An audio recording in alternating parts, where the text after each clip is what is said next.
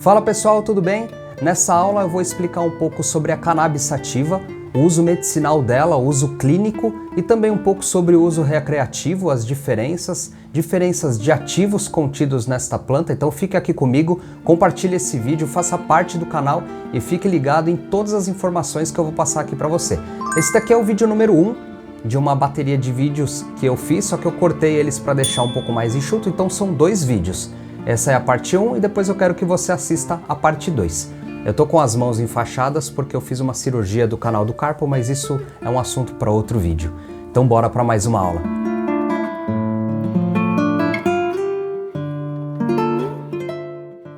Bom, vou falar da cannabis sativa como uma terapia alternativa, não digo nem alternativa, porque assim, tudo que foi desenvolvido foi com base na natureza, né? O homem sempre extraiu da natureza substâncias, extratos, drogas, medicamentos e estudou princípios ativos, tudo oriundo da natureza. Então não é diferente com a cannabis e também não é diferente de outras drogas, morfina, que veio do ópio, papoula, enfim.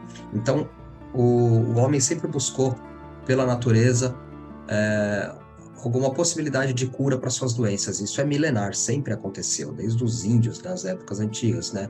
E é passado isso de geração em geração, o chazinho da vovó, a arnica para batida, aquilo tudo, por observações empíricas que a gente chama. A ciência hoje tem 2 lados, né?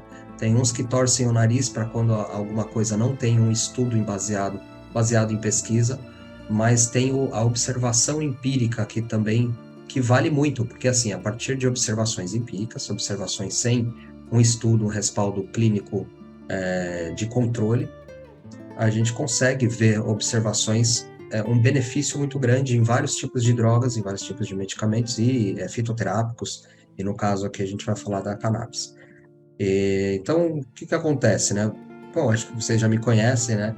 Sou farmacêutico, bioquímico, me formei na Faculdade Oswaldo Cruz de São Paulo, tenho uma vasta experiência, passei por diversos setores aí, UTI hospitalar, home care, farmácia de manipulação, depois eu fui para artigos científicos dentro de uma grande indústria farmacêutica, trabalhei em 3 grandes indústrias, né, Bristol, a Lilly, a Biolab, então eu já estive também do lado das indústrias, né, tem o seu mérito pelos estudos que eles fazem, né? E com a cannabis também não é diferente, porque a gente precisa de um poder financeiro muito grande para fazer umas pesquisas que eles fazem de uma forma global, e envolvendo tantas pessoas. Eu participei de estudos clínicos das indústrias farmacêuticas e eu vi como é que é o negócio.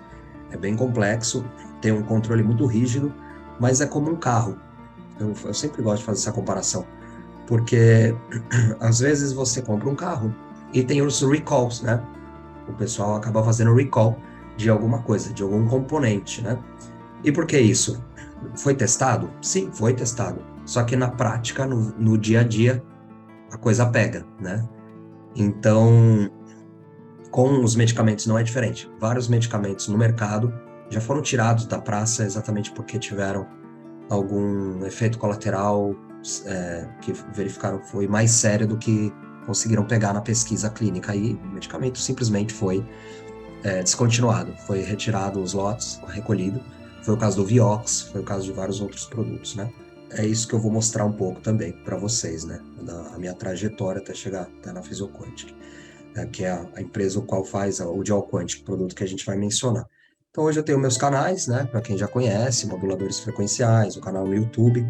Eu tô devendo bastante vídeo lá para vocês porque eu tava de mudança. Agora eu mudei de casa, agora eu me estabeleci, tô num ambiente novo, então provavelmente vai começar a sair mais vídeo aí com uma certa frequência.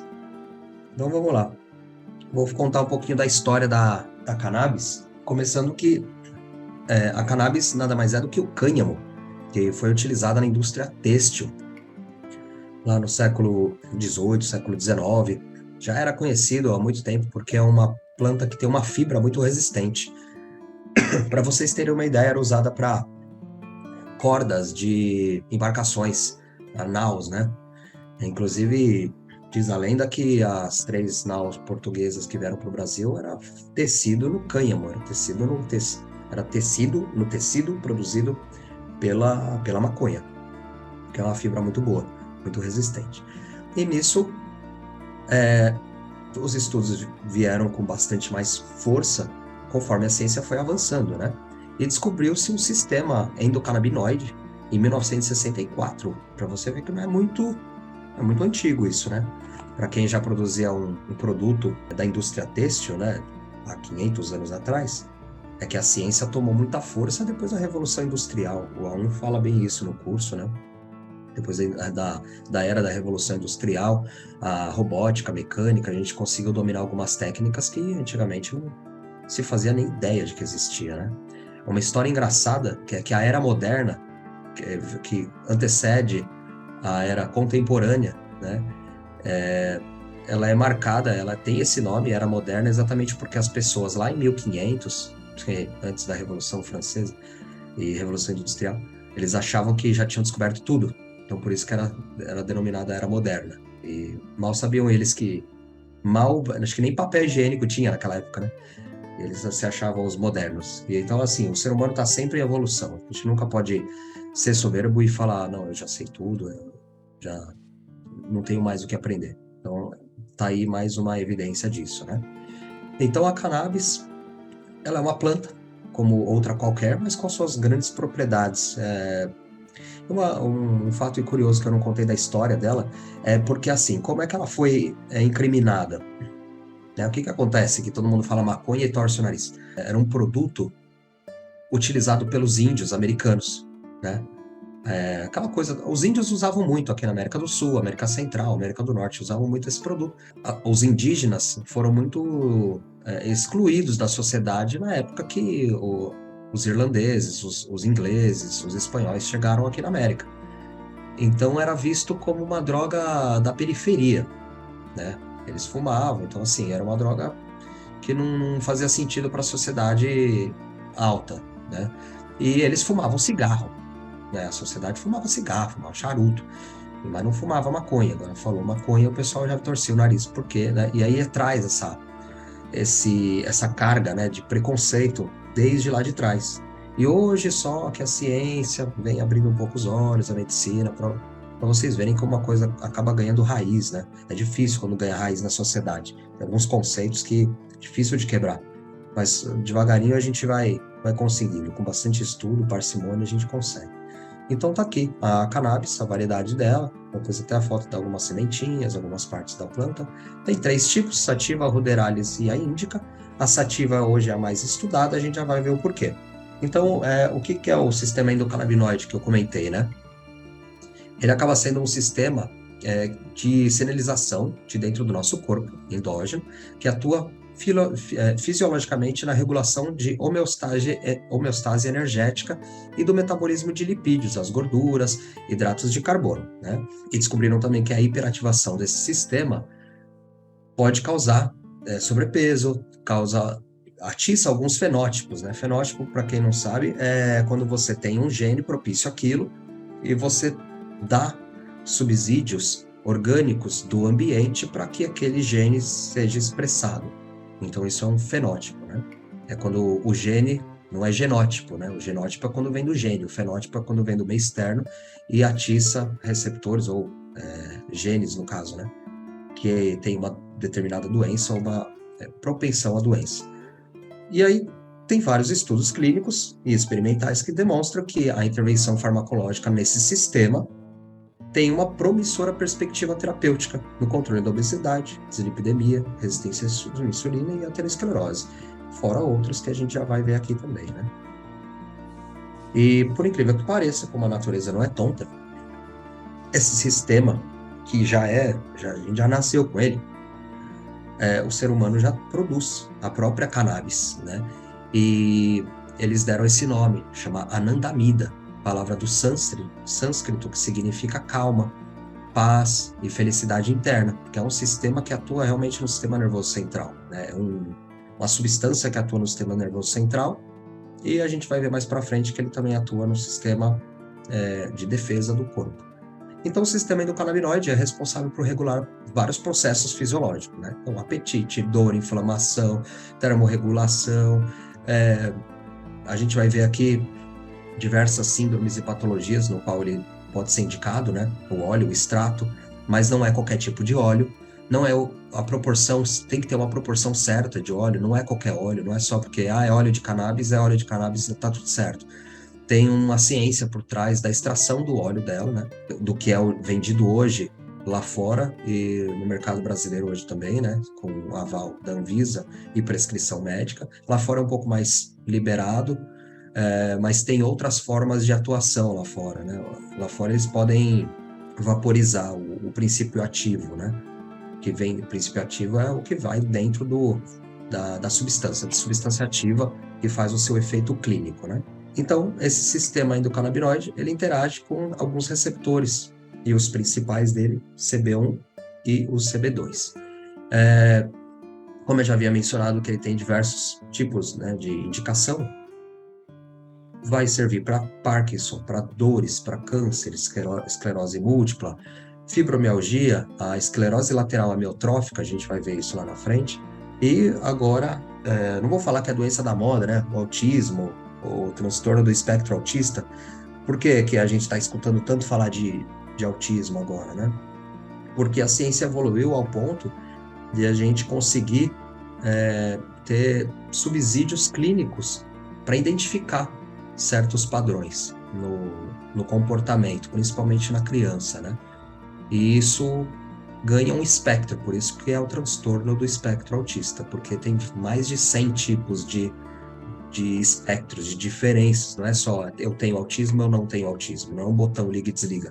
Tem várias variantes, né? Tem desde o mais leve, que você não percebe, e até os mais sérios, né? Os mais comprometidos por conta de algumas interações cerebrais, né? A ciência já descobriu isso também, mas a gente não vai entrar nesse mérito, a gente vai falar especificamente do sistema endocannabinoide e também onde atua um produto que a Physioquantic lançou, né? Como a gente trabalha de receptores, vocês já sabem que os produtos são vibracionais e atuam bastante em receptores, a gente vai cutucar exatamente ali, o receptor. Muita gente tem me perguntado se os produtos, né, da terapia vibracional possuem princípio ativo, ou, nesse caso do Dioquantic, que a gente vai falar dele, se é o óleo da cannabis sativa, né? Ah, como é que eu uso óleo? Calma, gente, não é óleo, né? Ele é um frequencial, não tem princípio ativo, então a gente vai atuar, a gente não vai dar o substrato, a gente vai dar a frequência do substrato para atiçar o receptor, é a frequência